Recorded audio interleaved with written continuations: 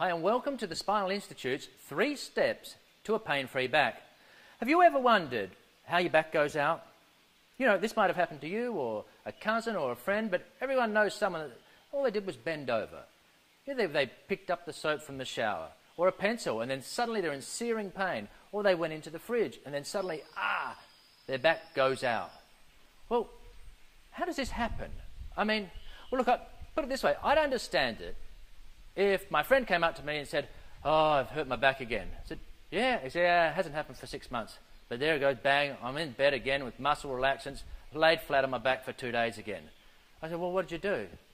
"Well, I tried to pick up a train." Well, I'd understand that, because a train's heavy, right? You go, "Yeah, well, that's way too much for your back to cope with." But to pick up a pencil and your back goes out? So what's really happening here? I mean, are our backs really that fragile that we can pick up something as tiny as a pencil or a shampoo bottle and suddenly we're left in searing pain again? I'm going to teach you today in our 3-step method what causes your back to go out, what is actually happening, so then you can avoid it happening in the future. Now, because unless we remove the causes of your back pain, well, let me just show you an example. Here's Ralph. Ralph suffers from back pain. Ralph suffers from back pain because I hit him with a baseball bat across the back all day, every day. Yeah, I hit him when he's slouching in front of the computer, when he's bending forward in the garden. I hit him and I hit him and I hit him. And to tell you the truth, it's quite fun. But unfortunately for Ralph, well, he doesn't see the joy in it. So let me ask you this. If I asked you what would be the best way to help his back pain, what would you say? Get some chiropractic treatments, some massage, acupuncture, get his chakras balanced, check his diet, get me to stop hitting him with a baseball bat across the back. Well, that's not a bad idea, is it? You see, the cause of Ralph's back pain is me hitting him with this bat across his back, right? And if Ralph went and got any treatments and spent all his money on medications or chiropractic treatments, for example, without having me stopping hitting him across the back with a bat, well, you see, this is the cause of his back pain, right? And for him to spend all of his hard-earned money, not to mention his precious time, well, that would be just wasting his money. It'd be downright crazy, wouldn't it? Because we've not got rid of the cause, me, with the bat. But this is what the majority of people do.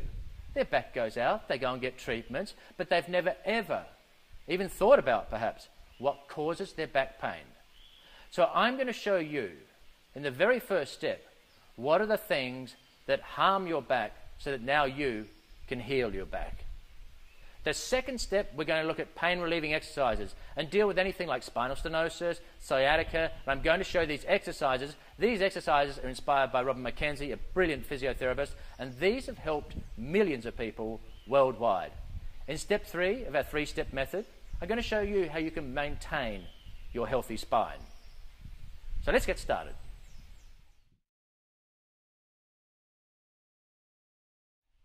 So in order to remove the causes of your lower back pain, we need to find out what are the major causes of lower back failure.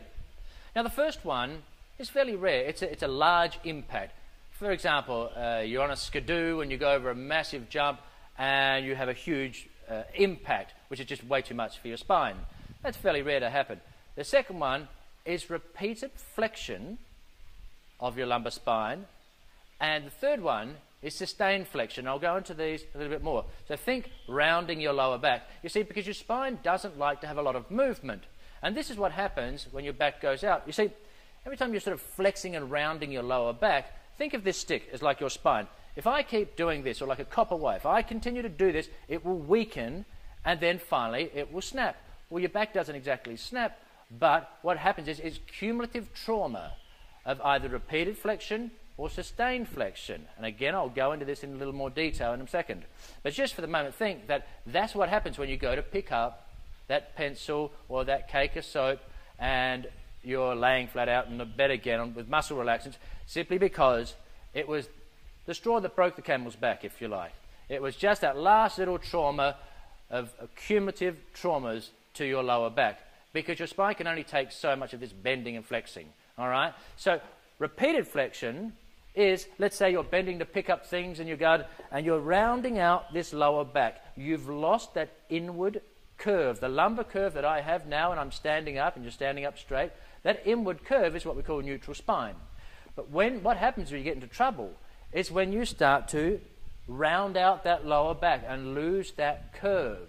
Okay? And you're repeatedly doing that, you're continually doing damage. So you think you're going to the garden, you're weeding, or you're picking things up, and over time, trauma after micro trauma, and this is what happens until finally your back can't take it anymore. Add to that sustained flexion, meaning once again you've rounded out, they've lost that curve. Think of yourself slouched in front of the TV or your computer like this, sitting out there. Once again you see I've lost that inward curve, the lumbar curve is gone. So what is happening here? Let me tell you, when you lose that curve, think of it like this. When you've got that inward curve, your spine, think of my hands as your vertebrae. Okay? Imagine I've got a balloon between my hands. That represents your disc. What happens is when you do this, you flex the spine. Okay? You're flexing the spine. So imagine the vertebrae then do this. They flex. Now imagine if that balloon's here and I flex like that. What happens to the balloon? It bulges out this way, right? Well, that's representative of your disc, and that's pretty much what happens. The inside of the disc then migrates backwards. Do it for a little while, and that's when you'll get that back stiffness. Okay, sitting in bad position or leaning over into the garden, and then you get up and you just sort of bend backwards and be stiff. But if you do this long enough, you start to damage the soft tissues, and the disc will migrate further backwards, and then you can have really large back pain. If it then protrudes even further, it can start pressing on nerves, such as sciatica. So we need to stop doing this. We need to keep what is called neutral spine. So we're going to have to work on bending techniques, lifting techniques, sitting techniques. No more slouching. You need to feel like you're sitting tall, standing tall, walking tall. So let's just take a closer look at when it is you could possibly be harming your back all day, each and every day. Well, let's start from by the time you get out of bed in the morning. Here you are, laying in bed. You go to get up out of bed. Oh, just rounded your lower back. That's another one of these. Already, you haven't even got out of bed and you've already harmed your lower back. Then you go and put on your slippers. Rounded your lower back again. You go to get off the bed. Rounded your lower back again. You go into the toilet. Sit down on the toilet. Rounded your lower back. Get off. Rounded your lower back. Clean your teeth. Rounding your lower back. And on and on and on. Repeatedly flexing that lower back. Remember, micro trauma after micro trauma. We haven't even got you out of the bedroom yet. Then you go, let's for example, to the kitchen, where you go onto the laptop. So then you're sitting at the laptop and you're slouched in front of the laptop checking your emails in the morning, sipping on your coffee with this sustained, rounded, fully flexed lower back, continually flexing that lower back. Over and over and over again. And we still haven't even got you out of the house.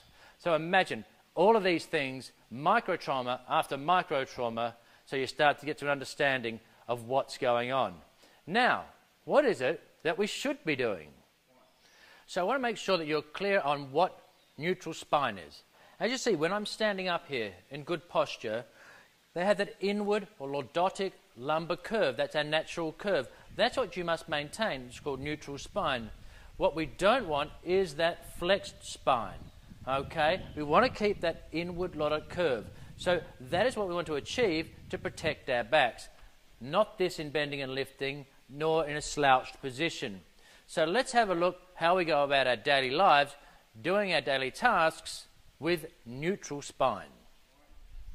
Okay, so let's start healing our back instead of harming it all day, every day.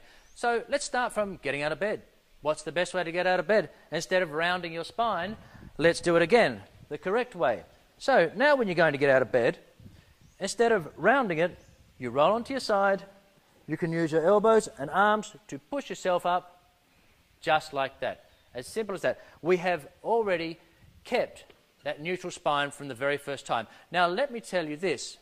In the morning, overnight, what happens is to your discs, they're like sponges, and they will actually absorb nutrients and water.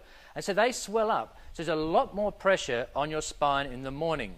In fact, in that first hour before you get out of bed, that very first hour, you have a 300% greater risk of disc damage and a 70% greater risk of ligament damage. That's in the very first hour, because after that, they start to slough out the nutrients and the pressure goes off the spine. So you have to be extremely careful in that very first hour getting out of bed. So one of the worst things that you could possibly do is to get straight out of bed and round the lower back to do some bending, touch